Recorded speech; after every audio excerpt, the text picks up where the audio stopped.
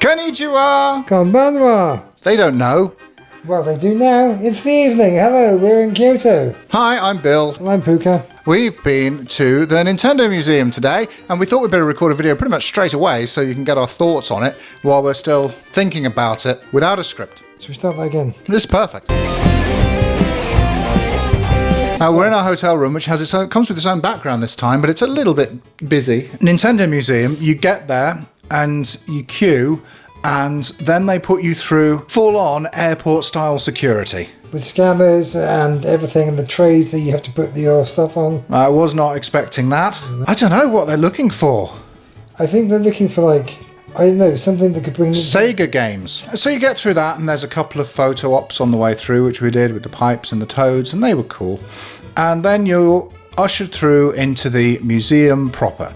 You go into a room that's full of sparkly lights, and then you go up an escalator into a wonderland of Nintendo's history throughout the ages. I mean, we do mean throughout the ages. I mean, it does go from the very beginning of Nintendo before they started making video games. So we've got bits of they have history of making the Hanafuda cards. They made the Japanese version of Twister. They made all sorts of board games and card games. That's all there. That's all there on display. Yeah, they called it their exploration age before they discovered, I guess, video games. Now, we're going to be talking quite a lot about the stuff that we saw without really a great many pictures to show you because they don't allow filming in the Nintendo Museum, and we respected that. There were a couple of points where they allow it, and I'll put those pictures up on the screen for you to enjoy what I've got, but it's not going to be a great deal of this main floor, which is kind of the main exhibit, because there's history floor and there's the interactive games floor, and then you end up spending most of the time in the shop anyway. So it's just those bits and a cafe, which is fine. So the history part,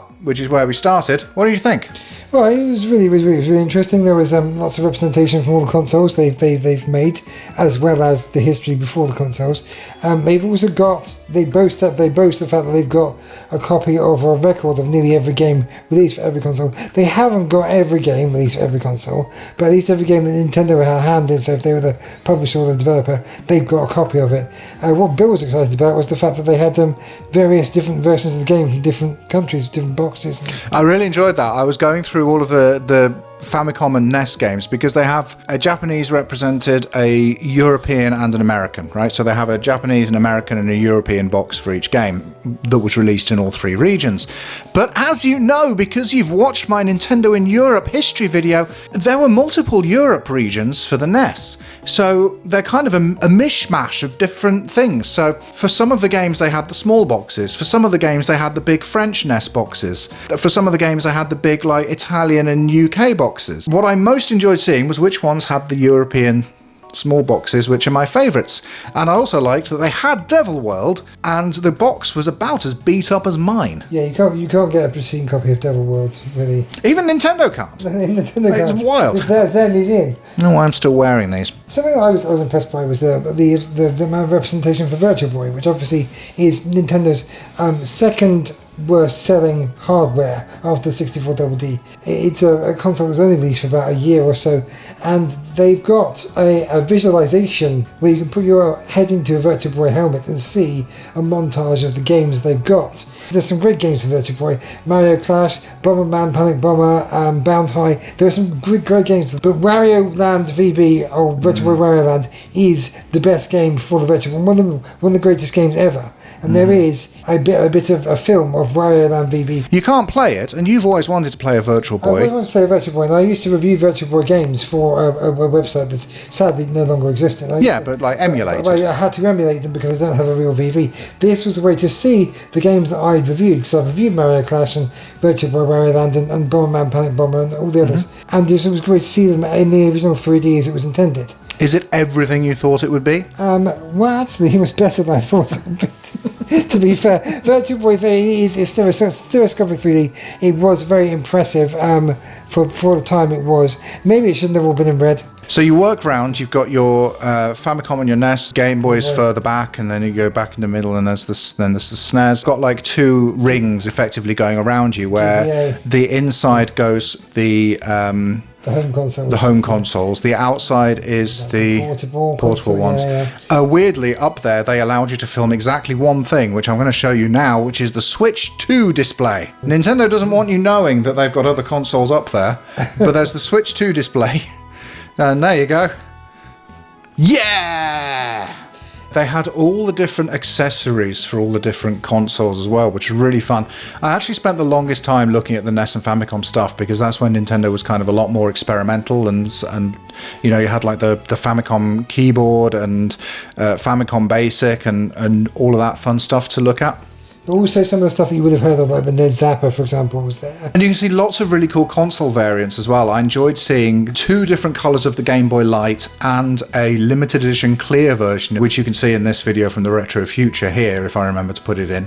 Something else we saw as well, we saw original moulds of what the controllers would look like, the D-pads would look like on the older consoles. So we got to see what, for example, the GameCube controller would have looked like if it went through several versions. And also some of the handheld consoles, we saw how big the Game Boy Micro would have been, how big the DS would have been. One of the Nintendo 64 prototypes, there's actually video evidence of it online, which I'll show to you now, which is from the Shoshinkai show before the Nintendo 64 came out, where there's this like massive thumbstick. That was there. We got to see that in person, which was really neat. All the different variants of the DS were represented around there as well. They've got different Wiis. They had the Wii Mini, which is cute. The SNES Mini and the NES Mini, they were there.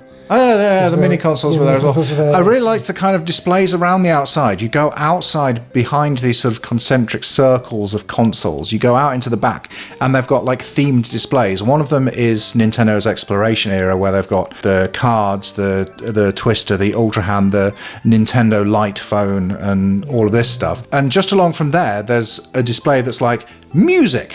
Yes. And it's got all of the peripherals that Nintendo has produced for their different consoles that are related to music. And then it goes on to talk about like Mario painting, and there's Wii Music, and there's, you know, so it went from the older music peripherals to the current day music. Yeah, there was like one drum thing that they made before Donkey Konga. Yes. And then there was Donkey Konga. There was like a fitness section as well that kind of started around the NES Power Pad and ended around the balance board. Yeah, and Ring Fit Adventures. Ring Fit Adventure, yeah, and they also had other themed displays which are themed around specific game franchises. Mm-hmm. So once that we finished with those, there was, for example, a Pokemon themed display, a Mario themed display, Wario themed display, Zelda, was it Splatoon? Metroid, yeah. You know. I mean, and they Kirby. Even as not a particular fan of Animal Crossing, it was kind of underrepresented here. It was a bit underrepresented. I mean, none of us are into Animal Crossing. Didn't really see it. It's a big franchise, and it wasn't. Well, it was something like Splatoon, which just had only 3 games. But what was really cool, I thought, is after you go around all of the different displays for all the different Nintendo franchises, you come to one that's like 8 screens in a row, vertically oriented, where it shows you the evolution of the games. So it would have every screw attack from a bunch of different Metroid games, and it would show Samus collecting an item in a bunch of different Metroid games. Simultaneously, to show how it's been. You would see how the opening level of all of the Kirby games. Well, not all of them. It would have 8. It would have only 8 represented. For Metroid, it would show on the screen Metroid, Metroid 2, Super Metroid, Metroid Fusion, Metroid Prime, Other M, Dread, and then there's a blank screen where Metroid Prime 4 Echoes is going to go. You know, as Bill said, there were other games, for example, like the Kirby games, they had the first level of every Kirby game. So, for example, for those of you who haven't played a Kirby game, at the end of every level 1, Kirby fights a boss called Wispy Woods, who appears in every Kirby game, and I had every Wispy Woods fight simultaneously on all 8 screens. It played out the entire fight, I think. Yeah, so you can see how long it took in each Kirby game to beat the first Wispy Woods. Yeah, I mean, it's usually a really easy boss. Yeah. You can actually see how it gets harder over the time. It was interesting to see the evolution, keeping that one common element in, the technology changing, the graphics changing, the movements changing. Yeah, and that's what they did for all these game franchises, is just show like different versions, like chronological order across these 8 screens, showing effectively the same elements repeated in each game. One of the themes they had was stereoscopic 3D, which was fun. It was good seeing the Virtual Boy again. And also they showed other stereoscopic 3D with the 3DS, and some of the The Famicom 3D. Famicom 3D viewer as well. So it was kind of like linking those consoles together. I mean, they gave up on the Stereoscopic 3D after the Virtual Boy, brought it back with a 3DS. But it was a big surprise because nobody was expecting that. But they've been working on it since the Famicom. And then there was nothing between Virtual Boy and 3DS. No, there's nothing. And then it goes Nintendo Labo VR. Yes, yeah. Nintendo Labo was there too. Nintendo Labo Piano that had been. Yeah, that was the last entry in the music bit, wasn't it? Yeah. So that was there too. I keep forgetting about Nintendo Labo, but it was there. So do I. Yeah. But I thought, and they had all the Game & Watches, like all the Game & Watches. From the beginning to the very end. Like I just enjoyed. Like I spent a long time just looking along all of the Game & Watch display. You don't often see them in the wild, so to see them all in one case, really experience. Really nice seeing them all in person. Yeah, it was really good. Yeah, as I say, many console variants, many accessories, the multiple colours of Game Boy camera that that Japan got.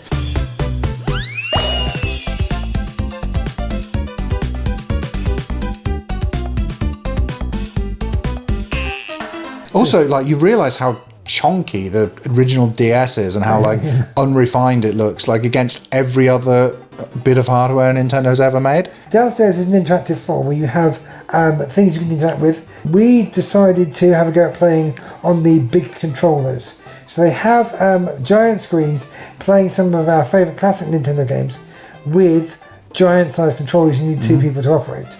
Now this was, if you've seen the Nintendo Direct of the announcement of the launch of the Nintendo Museum, Miyamoto was playing on the one of these controllers. We tried to do the same thing. We did Mario World for 2 minutes. Yeah.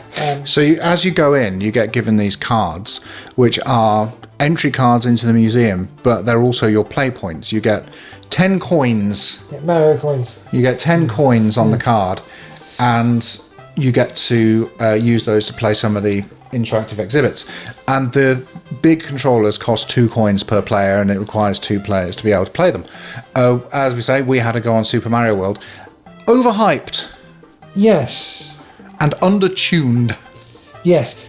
The giant D-pad was very difficult to play because it wasn't very responsive. There was a bit of a delay on the response. I mean, I was slamming that button down, and Mario was jumping like a full half-second later. Sometimes we, got hit by an enemy and lost life because we pressed the right button, but it hadn't worked in time. Yeah, like we're good at Super Mario World, and I bet the kids who played before us were also good at Super Mario World. But you put that much input lag on it, and no one's good at Super Mario World. We did better than most of the kids before us. Well, we should have done. We only got through the first level and a half.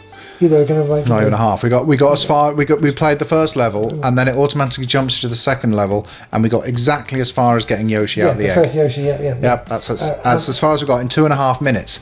Now, I'm not a speedrunner, but I can play more Super Mario World than that in 2.5 minutes on a controller that doesn't have input lag. I don't think, this might be controversial, but I don't think the big controller was a problem. I'm happy with the big controller. I don't like the input lag. The big problem with it was not the big controller. That was fine. It was a fun sort of gimmick, but just the input lag was our downfall. And I feel like it shows like a real lack of polish in the actual kind of feel of the thing. Like the input lag on it was just awful, and it was just kind of unplayable. And I think that's one of the reasons that we didn't really go back and try any of the other games. I quite liked the selection. I liked that they had Mario 64 on the Nintendo 64 controller, and they put you in the first fight with Bowser, which looks really fun because you have someone have to whip round that giant 3D stick to try and spin Bowser around. That looks cool. Fun. So that was cool. They had the Famicom, they had Nintendo 64, then they had the Wii. They had 2 Wii controllers, which looked really fun to be waving around as well. The giant Wii remote. They had a balance board that you could play on. They had and then they had the Super Famicom, and that was the kind of the last one in that section. Moving along, there were other interactive displays. There was one that looked basically like batting cages. It was batting cages. It's just batting cages. Batting cages with the thing that the baseball bat on Nintendo developed back in the early days. They have people hitting balls with that. 王田淵にチャレンジしよう。任天堂のウルトラマシーン。カーブ、シュート、いろんな変化球が楽しめます。王田淵にチャレンジしよう。任天堂のウルトラマシン。 The love tester looked fun. We didn't get to try that. You need kind of a sort of full range of movement to be sort of ducking and diving and to do all the different mini games that are involved with it. But I've never seen Love Tester before, Nintendo Love Tester before. And as Bill says, it was mostly motion-based mini games. It's not just testing your love. Yeah, it's just testing your skills at motion-based mini games. Yeah, exactly. It's a bit like WarioWare. Yeah. We saw actually they had in the upstairs section they had some classic Nintendo adverts, and the original advert for the Love Tester is incredible. And if I found it on YouTube, here it is.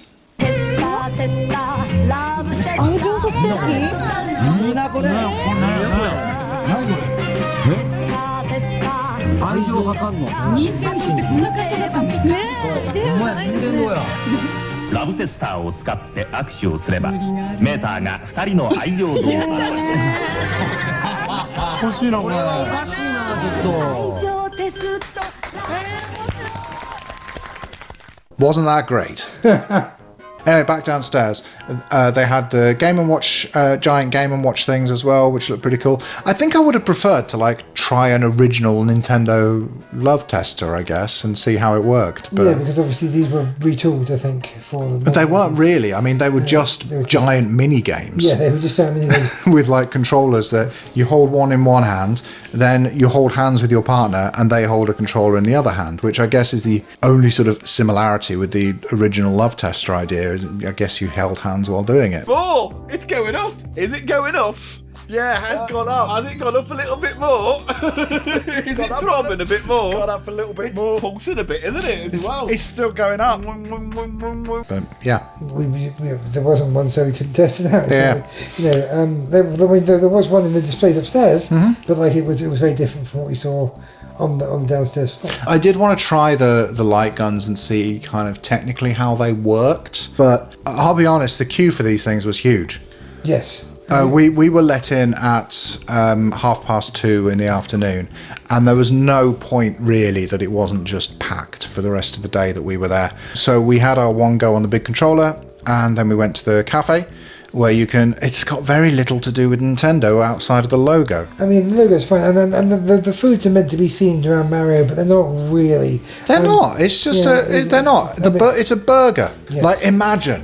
They had these little, Americans call them tater tots, the little potato things. Yeah. And imagine if those had been shaped like question blocks. Or mushrooms even. Wouldn't that bring you so much joy if they'd just gone through some kind of a mould? Even if it was just on one side, you know, and it would be quite easy to do in a production line kind of thing, just to put them in a little mould. The thing is with it, they don't allow you to eat anywhere on site at all. From the point when you get in the queue, you're not allowed to eat.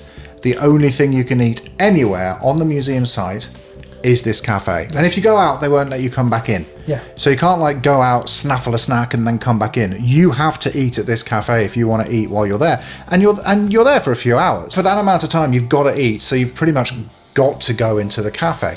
There's one point where you come downstairs after the Nintendo history bit where there's a vending machine with drinks in it. And that's the only place you're allowed to drink, which seems weird and dangerous. While standing outside the vending machine, which you get drinks outside where the escalator lets you off. But that's like 2 meters squared. That's it. Yeah, it's like 2 meters squared. This is the drinking corner, and no eating outside of Hateno Cafe. The only vegetarian burger there is a large mushroom in the bun. So what I did, I ordered my burger with additional cheese, egg and tomato, and then took the mushroom out of the burger and put it back together again. I had a cookie in my bag, and I had 3 separate staff notice that I was carrying a contraband cookie and made me swear on my ancestors that it would not leave the bag at any point. Didn't leave the bag. So then, the main attraction, the shop.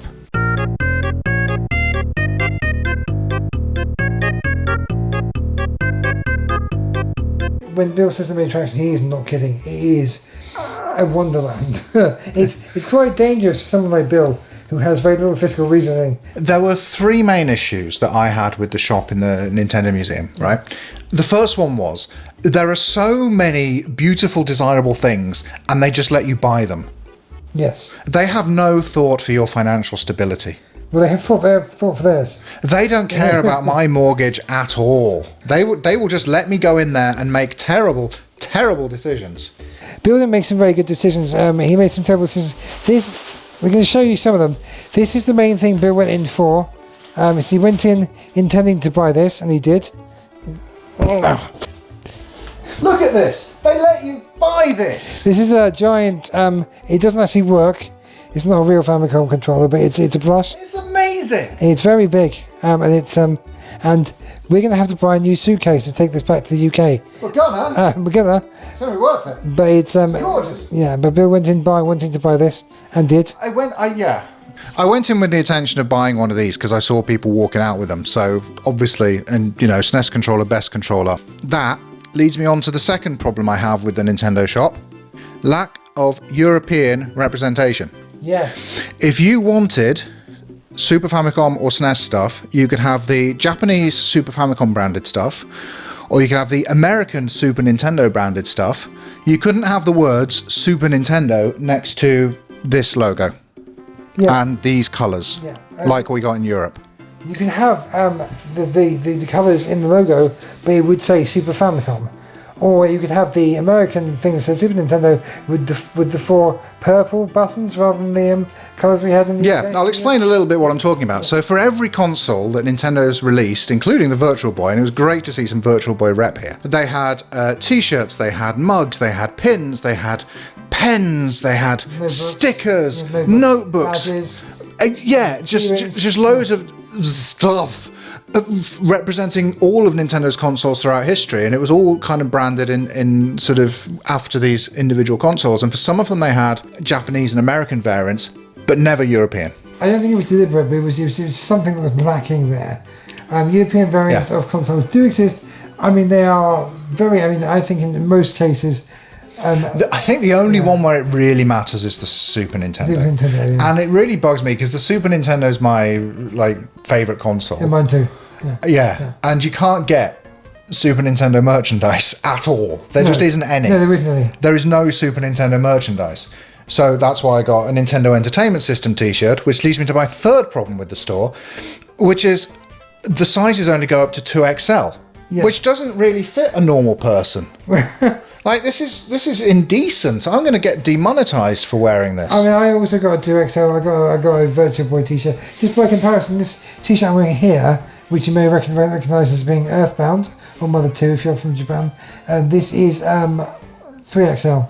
And it only just fits me. I got a 2XL t-shirt as well. That's technically my size. This is a minor gripe, but it is something that we noticed.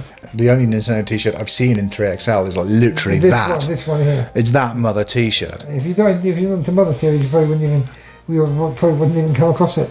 Because we only found this because there was a Mother sort of pop-up in one of the shops we were in Tokyo, and we found it by mistake. So But the other stuff they've got the giant controllers, which I showed you one of. They have Famicom and Wii and Nintendo 64 as well. The Nintendo 64 one's a little more expensive because it's ridiculously sized. It's huge. I think the Super Famicom controller will just about fit in a suitcase. I think it's exactly sized, so it will just about fit in a suitcase. We've justified that with Bill's suitcase. Not with anything else. We're buying a suitcase for it. I own an Ultra Hand now. Yes, but you can just buy an Ultra Hand. They just let you buy an Ultra Hand. I mean, there's nothing to do with it, but you can reach things with it. Yeah. The top shelves. So I just want to break in for a moment to talk about Nintendo's Ultra Hand remake that they made exclusively for the Nintendo Museum, and that I was lucky enough to be able to pick up. Now check this out. Say I want that bear over there. Just going to extend this, grab the bear by the face, like you do with any animal, and then look, there you go. Ooh, and there's the bear. This thing can hold like a surprising amount of weight for what it is, right? I mean, I don't know if you're familiar with Beanie Babies, but you know, there's a bit of heft to these things. And in fact, when we were clearing out our garage recently, this thing came in ultra handy when we wanted to get to the back of some particularly deep shelves. And just grab the stuff we needed. Actually, quite a cool thing.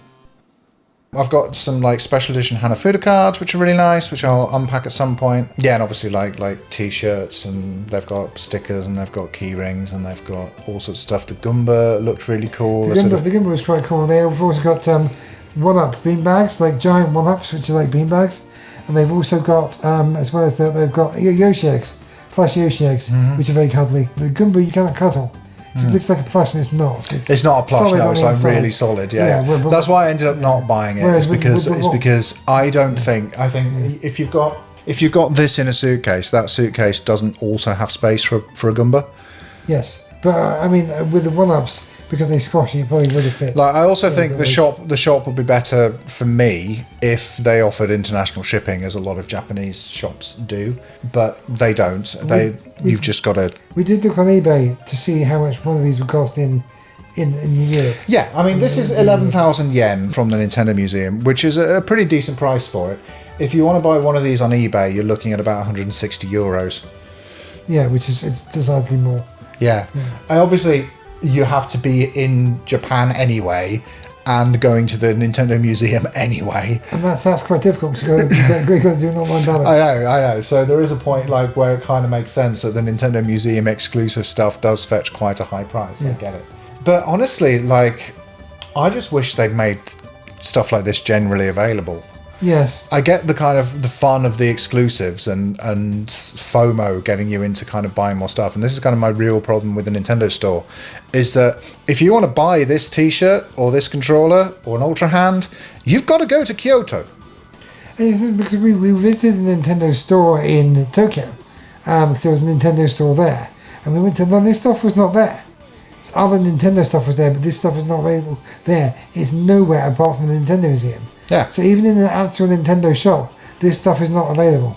And I'm okay with a timed exclusive, but I don't think it cheapens these if you just let more people buy them. No. You know, I wanted 2 of these. I just haven't booked that many suitcases. But 2 of these on my retro sofa would look really cool. 1 will look really cool, so I'm happy to have the 1. But, you know, if these were sort of generally available, like you could just buy them from the Nintendo shop. They could even like limit their supply on the Nintendo shop internationally. But I think limiting so much merch just to the Nintendo Museum. Like, I really like the exclusive Hanafuda cards. I think that's a good idea. Yeah, exclusive Nintendo Museum Hanafuda cards is cool. That's cute, yeah.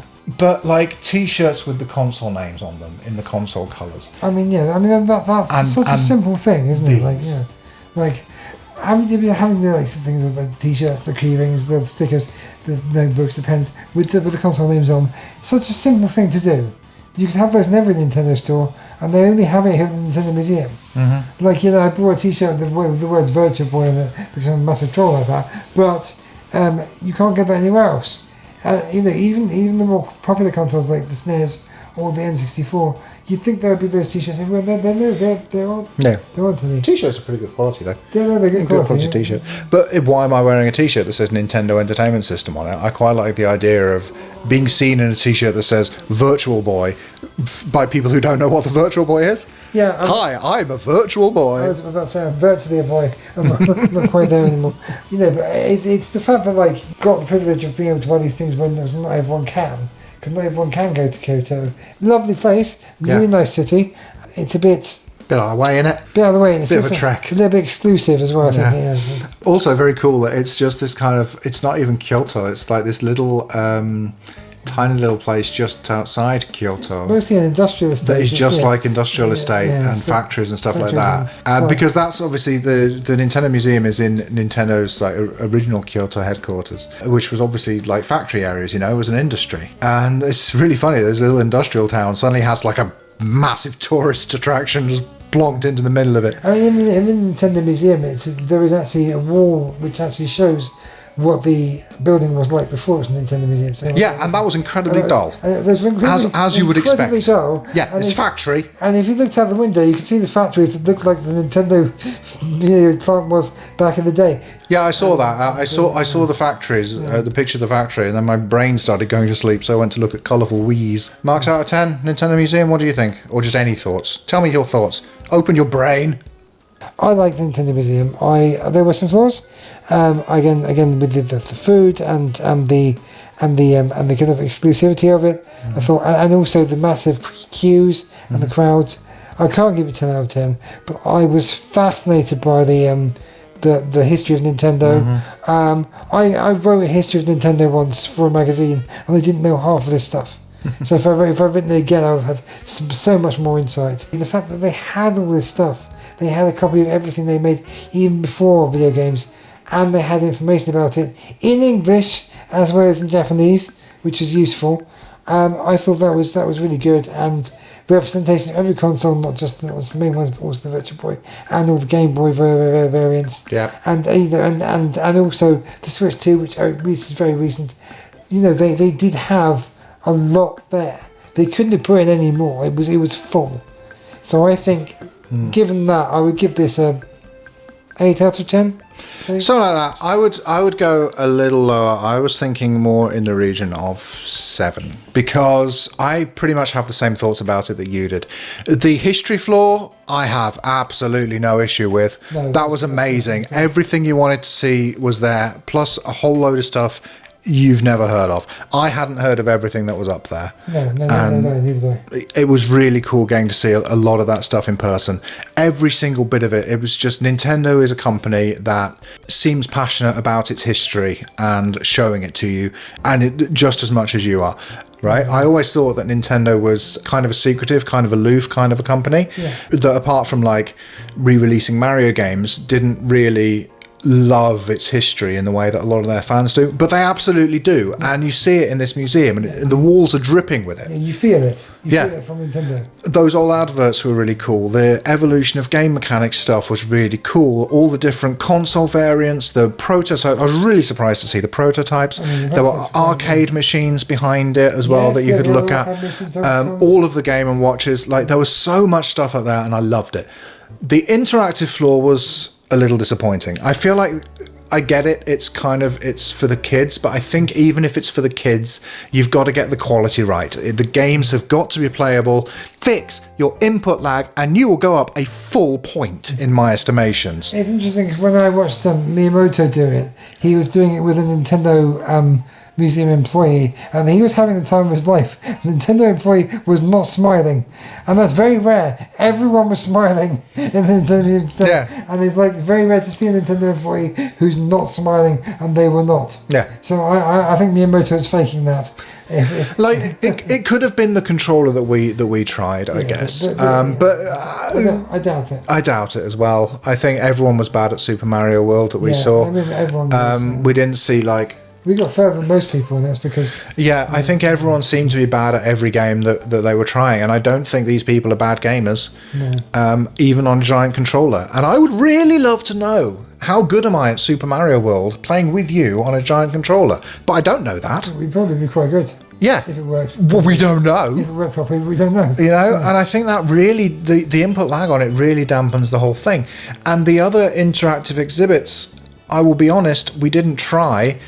In part because the queues were too long, in part because some of it just didn't look all of that exciting that I wanted to try. The shop was more appealing.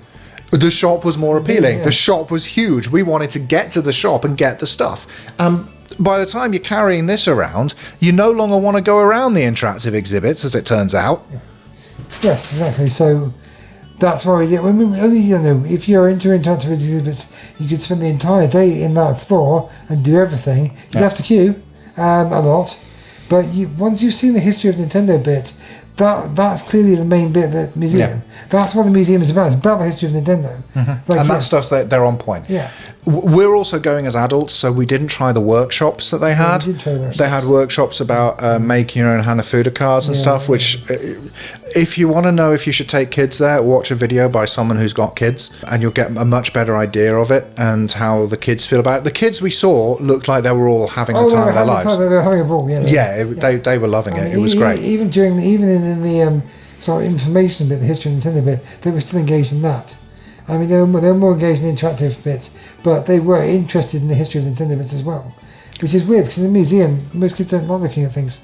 I think if you've got kids, I think it probably gets better rather than worse as long as you can control them in the shop. Yes. Yeah. I couldn't control Bill in the shop. So No, absolutely impossible. He's not a kid. No, I'm pretty big. Okay, so. Pretty big. But I think it's I mean it's a different experience if you've got children. But I think whether or not you have children, it's still worth visiting.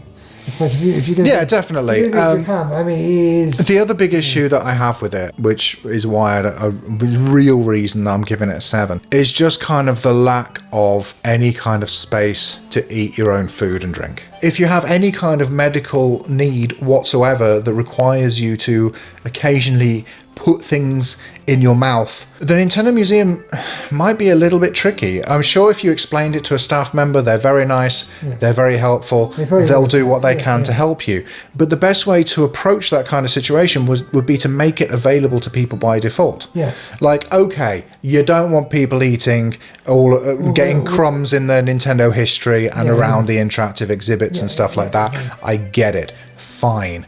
But in the queues, in the lobby, in the corridors, or you could just make like a little separate breakout room with tables and chairs where people could just sit, or just in the outside space. Like, why not, Nintendo? You know, it's you've got people already following, and I was also quite impressed by this, to be fair. You've got people already there cleaning off the glass cases, like following people around, wiping like fingerprints off the glass and stuff. You're keeping it pretty clean. You're good at that. You can do that. And I think you can still do that if you just add a little bit of like occasional vacuuming to it and have like a space where people are allowed to eat their own food. I get it in a sense if they want to funnel you into the cafe so you've got to spend money at the cafe. But the menu options on the cafe are incredibly limited. There was one vegetarian option. Yes. There was no vegan option. There was no vegan option. There was no vegan option. Yes. There was no gluten-free. That's gonna be a problem. Yeah. And like, I'm sure the staff will look after you and if you explain the situation to them, they'll huddle you into a corner and all stand around you while you do whatever you need to do. But it's got to be available by default. But say if you're a vegan, you know what is there you can eat? Maybe the potatoes. But that's it. Maybe the potatoes. Maybe the potatoes. Who knows if they're cooking them in butter? Who knows? So I don't know. Like, it's not everything I would necessarily wish it to be for everyone. I think for me and for what I wanted, it was pretty well spot on. I wanted a lot of Nintendo history. I wanted a couple cool interactive exhibits, and I wanted a shop with stupid amounts of things that I wanted. We got and that's what I got. We got all that. And I wanted a nice cafe where I could get a burger, which I got, but you didn't. Well, I got a burger too. Yeah. So after you took the main bit of it out. Yeah. But to be fair, I did actually quite like the food. Yeah, and the burger was quite nice. But I know it wasn't perfect, it was alright, you know, and the drinks were nice. Accessibility, I thought, pretty good. Pretty good, yeah. There's no stairs. It's all escalators, yeah. Or or there were lifts as well. There were lifts as well, yeah. So accessibility was good. I'm disabled. I can't walk up lots of stairs. So the fact that it was all moving stairs or lifts was very good. Yeah. Accessibility is good, and then they allowed guide dogs in. Overall, happy we went. Had a great time. Yeah. It was worth seeing. If you're in Japan, or specifically if you're in Kyoto. Don't come to Japan for it. No. But if you're in Japan and you've got a day and you're in Kyoto, it's one of several very cool things you can see in and around Kyoto. Worth seeing, yes. Yeah. Very much. So I definitely recommend a holiday in Kyoto that includes the Nintendo Museum as part of your itinerary. Warning! If you want to go to the Nintendo Museum, you've got to book months in advance. Don't leave it until the week you're in Kyoto. Yeah. They do sell tickets on the door, but that's very rare. They don't sell. No, they do. If they haven't managed to sell them all. Oh, really? That never happens. That never happens. Never happens. So do book in advance. It's a random ballot. We put in 6 ballot applications, of which only 1 got through. That's it, right? Yeah, so we booked. We went on the ballot as soon as it was open for August when we were coming. Yes, we were there. We were on that minutes, like the minute the ballot opened, and I put in 3, and I put in 3, and he put in 3. And only 1 were 2 months later. 1 month later. Yeah, so you book 3 months before, yeah. And then a month after you request the lottery ticket, you get to hear if you've made it or not, yes. And then you're given an invitation to buy a ticket then if you want to. Yes. And you choose which, you can choose up to 3 times per person. Yeah. Each person applying must have a Nintendo account. Yeah. So if you're going as a group, if you're going as a family, have everyone who has a Nintendo account try and get tickets for this thing, Yeah. and then wait 1 month and see who got them. In this case, you got it, I got it. for one of your... Only one. So we got 6 pounds, only one got through. So if you're going to go to the Nintendo Museum, do plan this in advance, because you won't get a ticket on the door. You can stand there for the entire day, and they will have everyone. No, I don't think it matters when you apply for tickets, as long as it's 3 months in advance, as long as you're in the right window. Yeah. If you go onto the Nintendo Museum website, they have a calendar for when they're taking bookings for, or when they're taking raffles for. So have a look at that, see how far in advance they do it, work out what month you need to get on there to go and get your tickets, and do that. It will be one of the earliest things you book. Yeah, before coming to Kyoto. You book. It probably if you don't get tickets, it's still worth coming to Kyoto.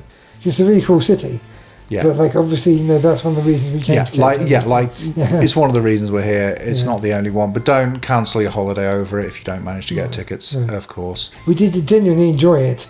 It's just there are these small things that could be ironed out. Yeah. But it's still completely worth a visit. I mean, we did love the experience. Some things they could do better. No, but same good times. Same for everywhere, but these. I don't know. Could have been perfect. But there's no perfect. It could have been. Well, your retro sofa room is perfect. Bill's retro room is amazing. Just by the way, you've already seen it, but it's really good. It's really good. It's not perfect until I get this home to it. Yeah, but that's going to happen soon. Buy a suitcase. If we buy a suitcase. Buy a suitcase. Thanks for joining us on the hotel sofa. Hotel sofa. This hotel room comes with a sofa. Yeah. Previous hotel room, we didn't have a sofa. This hotel gave us like half a sofa. It's not quite a chased knowledge, but it's somewhere to sit, which is better than the previous room. Better than nothing. Yeah. We had beds to sit on. So. Yeah. Thanks for joining us on Bill's channel, which is called the Retro Sofa. Bye. Bye. Those were some of our initial thoughts on the Nintendo Museum, and I've had a few more thoughts since. Overall, it's a great experience, but you have to know what it is and what it isn't. It's not like a historical museum where you expand your knowledge of Nintendo through long descriptions on these long-lost artifacts. If you're a Nintendo historian, what you get going there is lots of, "Hey cool, I know what that is," just over and over again. And that's great, I really enjoyed seeing all the things that I'd only read about in articles or seen in documentaries. But did I learn anything more about them? Nope. This is more of a museum for kids, Run around, look at all the exhibits, not too much reading, go and mess about in the interactive section, and then it's off to the shop. You know the kind. And that's fine. But when I was talking about Nintendo loving and respecting and being proud of its history and caring about it in the same way that we care about it, I'm not sure in hindsight that comes across as much as I thought it did from my initial impression. But that's not really what the museum is for. Thinking about it now, I get the feeling that Nintendo is proud of its products, but not really keen to show you a great deal of what's going on behind the curtain. I mean, really, the Iwata Asks series, rest in peace, was the first time we really got a look at what goes into the development of Nintendo's products, behind the scenes. I don't think they've really done anything else since. I want to know how Gunpei Yokoi imagined his toys would be used when he developed them. I want to know what impact Shigeru Miyamoto's game design had on the development of Nintendo's hardware. I want to know just anything at all about Nintendo's love hotels. But none of that's there. It's just, here's the product, go play. And I guess that's all Nintendo has ever been, ever since they first developed a toy. Just don't expect them to be anything more. As ever, thanks for supporting the channel, Liam, Sir Musty, Soul in Sadness, Ultra Muffin, and Visual Novel Archive. You can support the channel too if you want, just check out the description below for details. And thanks so much for joining me and Puka on our little adventure. We had a great time, and I hope you did too. So from all of us here at the Retro Sofa, until next time.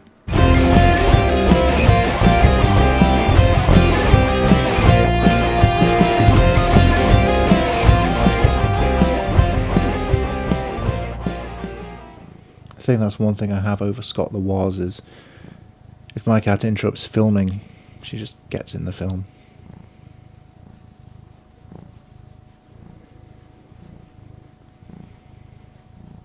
How could you confine this to the outtakes?